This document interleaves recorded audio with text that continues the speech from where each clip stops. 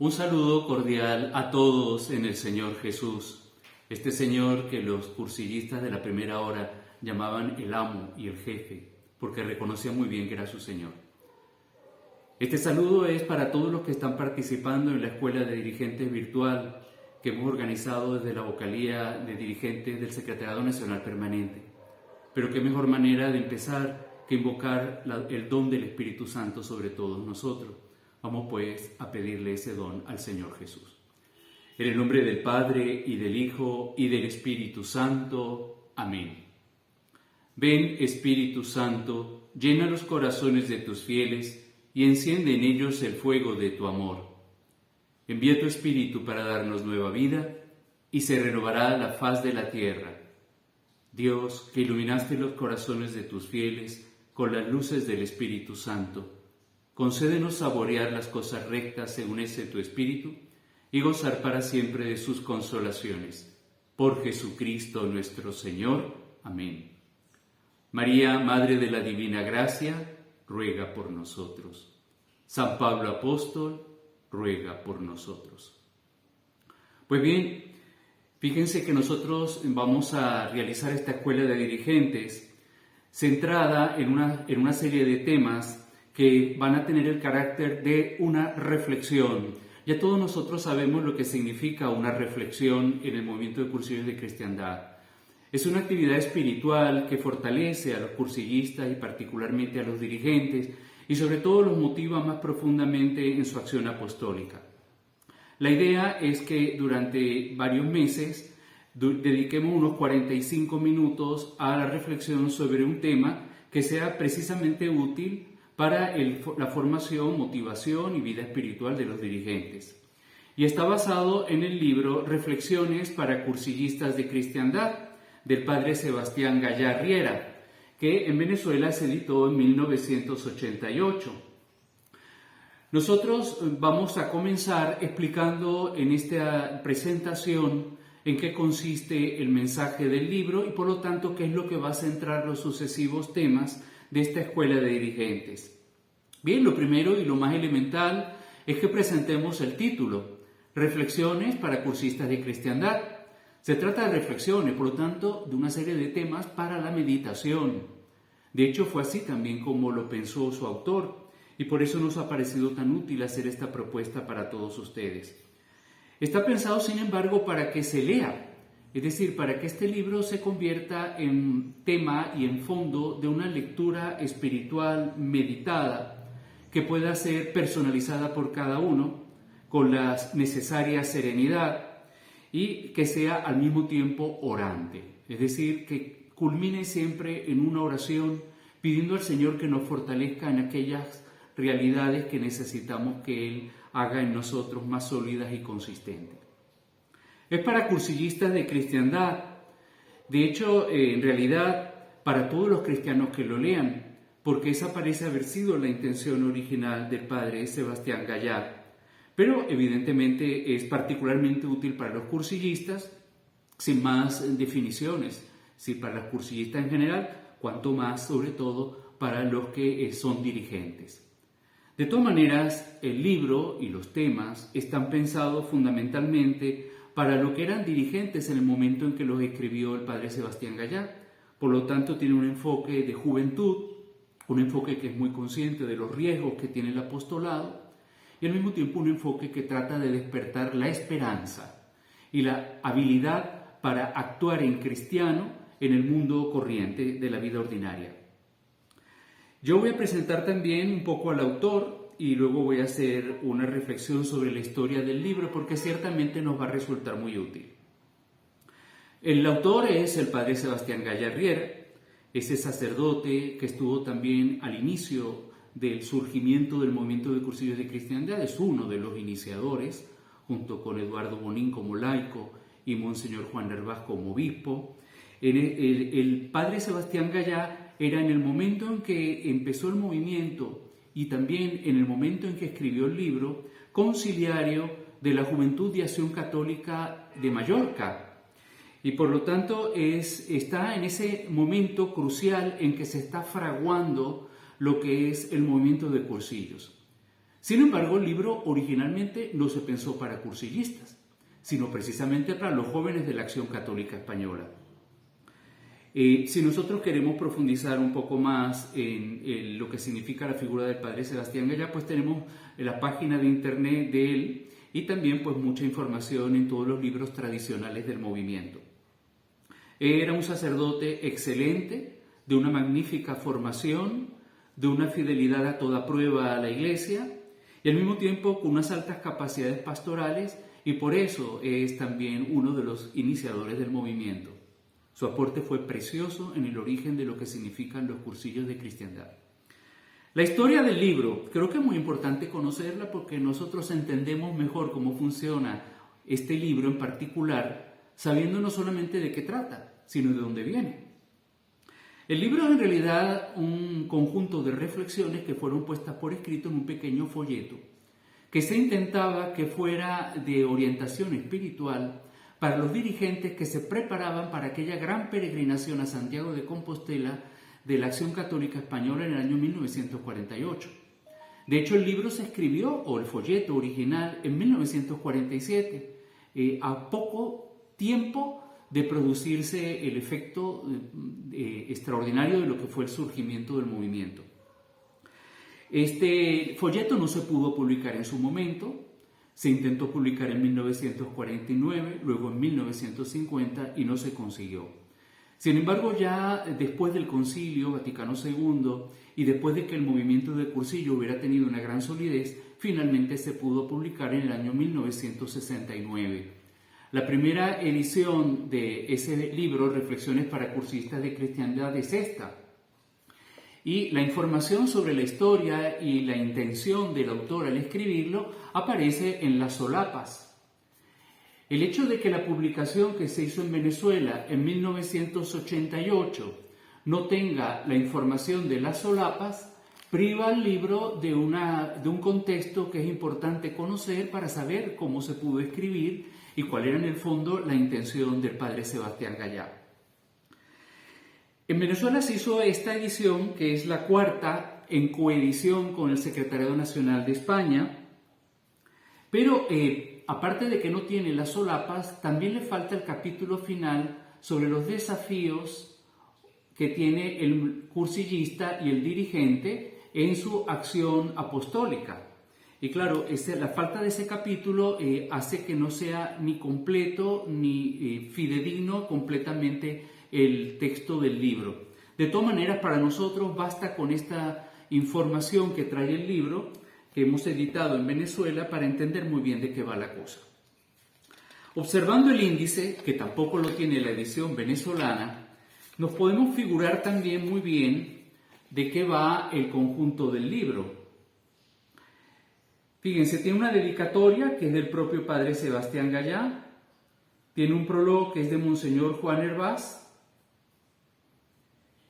y tiene ya finalmente el texto propio del libro, que está hecho en 5 apartados: el ideal, la realidad, la acción, el dirigente y finalmente las dificultades o desafíos que tiene el cursillista. Que repito que esta última parte no la tiene la versión española. Si se observan esos títulos con cuidado, como ustedes los irán estudiando progresivamente en los temas de la escuela de dirigente, se darán cuenta que la estructura primera tiene un carácter dialéctico, en la mejor tradición de la filosofía aristotélica y, como no, también de la filosofía hegeliana. Esa trilogía famosa de la tesis, antítesis y síntesis está también reflejada en el libro, porque se presenta el ideal como una tesis, lo que deberían ser las cosas. La realidad como la antítesis, la resistencia de este mundo al mensaje del Evangelio. Y luego la acción como la síntesis, que es lo que precisamente va a transformar el mundo, para que la realidad se asemeje más al ideal. Está muy bien pensado desde el punto de vista filosófico y teológico. Pero por supuesto luego se centra en la figura del dirigente.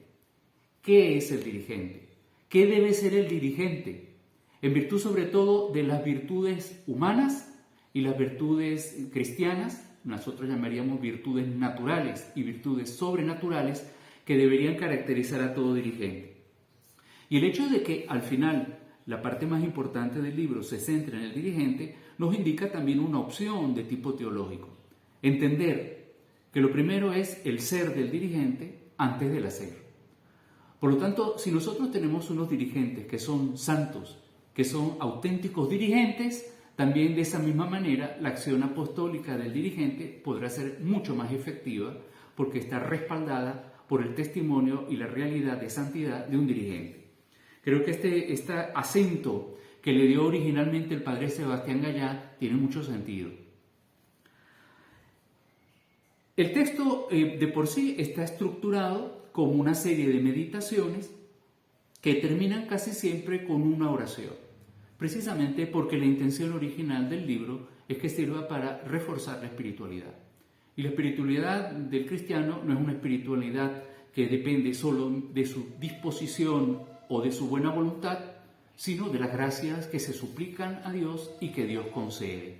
Por lo tanto, también entender la superioridad y la importancia prioritaria de la gracia es muy importante para entender cómo funcionan las meditaciones del libro. Cuando el libro nos presenta las cualidades humanas del dirigente, insiste en estas que voy a leer, que me parece que son importantes: la disciplina, la simpatía, la iniciativa, el carácter, la audacia, la prudencia y la generosidad. Evidentemente, en la vida de un cristiano y en la vida de un dirigente puede haber muchísimos otros valores humanos, pero de cara a la acción apostólica efectiva en el mundo, pues estas parecen que son las más importantes en el entender del padre Sebastián Gallá. Y luego las cualidades sobrenaturales del dirigente, las que son propiamente de gracia divina, la fe, la caridad y la humildad. Es extraño que ponga la humildad. Uno podría esperar que la trilogía terminase con la esperanza, pero coloca la humildad. Y eso tiene también un sentido que creo que se puede escrutar también, no solo en el libro, sino en el prólogo. Vamos a ver una cosa. Este libro se escribió hace casi 80 años en su versión original como folleto, pero después su edición se produjo en 1969. Han pasado más de 60 años. Creo que es interesante tenerlo en cuenta. Sin embargo, el texto tiene una gran actualidad. Cuando uno lee con calma, uno se da cuenta de que sigue sirviendo para hoy como sirvió para entonces. Y la razón es muy sencilla. Dios sigue siendo el mismo. Los hombres, con sus pecados y sus gracias, seguimos siendo los mismos. Pueden cambiar las circunstancias. Ha cambiado nuestro mundo, en algunas cosas para mejor, en otras para peor. Pero la profunda realidad humana y la profunda realidad divina se encuentran en las mismas situaciones. Sin embargo, el libro también refleja una situación antigua que creo que es interesante tenerla en cuenta para poder medir también de qué manera se puede poner al día. Y es que el prólogo de Monseñor Juan Hervás nos presenta una intención apologética. Es como si el obispo quisiera contextualizar el libro en una situación en la que el movimiento de cursillos se ve sujeto a una serie de riesgos o de peligros. Es posible que eso se deba, esa opción apologética de Monseñor Hervás que prologa el libro y le da de alguna manera su sentido, se deba a la crisis que estaba viviendo la acción católica, que se había volcado sobre todo a la acción política, a la crisis que también pudo significar en esos años la separación del movimiento de cursillos con respecto a la acción católica, la crisis que seguramente también se vivió en el posconcilio y en el inmediato posconcilio, y también es muy posible la crisis por el personalismo excesivo de los que seguían de una manera muy particular y quizás un poco excluyente a Eduardo Bonini. De tal forma que el prólogo, que de alguna manera es la presentación del libro, nos presenta esta situación. Y en los párrafos finales del texto, prácticamente Monseñor Juan Hervás da a entender que él asume las tesis del libro de las reflexiones para cursillistas de cristiandad porque reflejan muy bien su propio pensamiento y reflejan muy bien lo que es el movimiento de cursillos de cristiandad. Sin embargo, uno podría leer el prólogo sin leer el libro y entonces reconocería algunas resonancias del libro, Pero eso mismo indica que el prólogo es bastante autónomo respecto al libro y que también es interesante que veamos algunas de sus indicaciones, porque nos presenta lo que en aquel momento en el que el libro se editó por primera vez era como más urgente salvaguardar de lo que significa la espiritualidad del movimiento de cursillos. Monseñor Juan Hervás insiste en que la espiritualidad del movimiento de cursillos tiene unos rasgos característicos que el libro recoge muy bien. Primero, es una espiritualidad de santos. Es decir, que nosotros, los cursillistas en particular, aunque sabemos que es una vocación universal, estamos llamados a la santidad. Y a una santidad que podríamos llamar colectiva. Es decir, los santos en comunión de santidad. Y una santidad que sea al mismo tiempo efectiva, es decir, que tiene una influencia en el mundo. Creo que esta propuesta es bien interesante. Nosotros tendríamos que revisarnos como cursillistas y como dirigentes a ver si realmente estamos intentando ser francamente santos y santos juntos y con una santidad que tenga efectividad en el mundo, que influya realmente en las realidades. Luego recuerda algo que todos conocemos, que se trata de una espiritualidad peregrinante, es decir, nos pone en ruta hacia el destino final del hombre, que es el cielo, según la voluntad original de Dios, de tal manera que nosotros podamos conducir nuestra vida con una clara idea de su sentido y de su dirección. Creo que también allí nosotros tenemos que tener altura de miras para entender hasta dónde llega la peregrinación del cristiano en este mundo. Luego una espiritualidad de renovación interior, porque evidentemente no podemos tener una espiritualidad superficial, sino una espiritualidad profundamente arraigada en el corazón, de manera que esté implicada en una verdadera conversión personal. Nosotros no podemos fingir una santidad. O lo somos de verdad en el fondo de nuestro corazón o no lo somos. Luego insiste también Juan Hervás, y veremos que eso se refleja también en los temas del libro del Padre Sebastián Gallá, en una espiritualidad eclesial, es decir, en línea con el magisterio. Probablemente se está reflejando aquí una parte de esa problemática del tiempo posconciliar, en que no siempre se tenía una franca fidelidad con el magisterio del Papa y con el magisterio del propio concilio. Es una espiritualidad de cristiandad. El que llevemos ese nombre en el título de lo que es el movimiento creo que es importante, pero hay que entenderlo muy bien. No se trata de volver a la antigua cristiandad, donde la Iglesia lo era todo, sino ciertamente a tener una influencia efectiva en el mundo y en la cultura, en ese impacto que se debe tener desde el Evangelio en la sociedad. Es una espiritualidad de acción, por lo tanto no es puramente contemplativa, sino que procura alcanzar las realidades de este mundo de una forma que deje huella.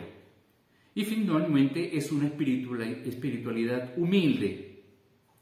Y la humildad la cifra de alguna manera Monseñor Juan Hervás en la sintonía con la autoridad eclesial y con el magisterio, porque realmente también aquí se puede estar reflejando algo de las dificultades que se vivieron en el posconcilio y probablemente con Eduardo Bonín. En este sentido, los invitamos a una reflexión ponderada sobre los temas que se expondrán y, como no, sobre el libro del Padre Gallá. Y yo quisiera leer el último párrafo de la dedicatoria del libro porque responde muy bien a la intención del libro y a la intención de esta escuela virtual de dirigentes. Como si el Padre Sebastián Gallá lo leyese para ustedes, como lo estoy leyendo yo, como si lo leyese para todos nosotros. Léelos, se refiere a los temas del libro. Léelos algún rato de rodillas. Tal vez cuando te levantes por la gracia del Señor, se te levanten una bandada de propósitos que dormitaban en tu alma. Déjalos caer en el surco de tu corazón, que está esperando la hora de la sementera. Y luego sal a sembrar esas verdades en la vida de tanta alma triste que camina sin rumbo, sin garbo y sin fe. Pues bien, que estas palabras resuenen en nosotros y que esta escuela de dirigentes virtual pues pueda producir esos frutos de santidad que necesita el movimiento, necesita la Iglesia y necesita Venezuela. Vamos a hacer la oración final para que el Señor nos acompañe y riegue estas buenas semillas que hemos venido sembrando y que vamos a seguir sembrando en los próximos encuentros.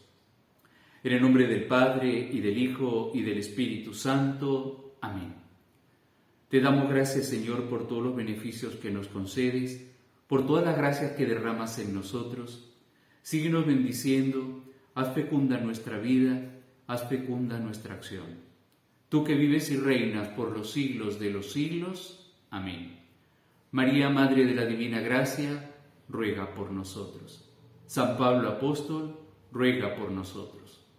El Señor esté con ustedes y con tu espíritu. Y la bendición de Dios Todopoderoso, Padre, Hijo y Espíritu Santo, descienda sobre ustedes y permanezca para siempre. Amén. De colores.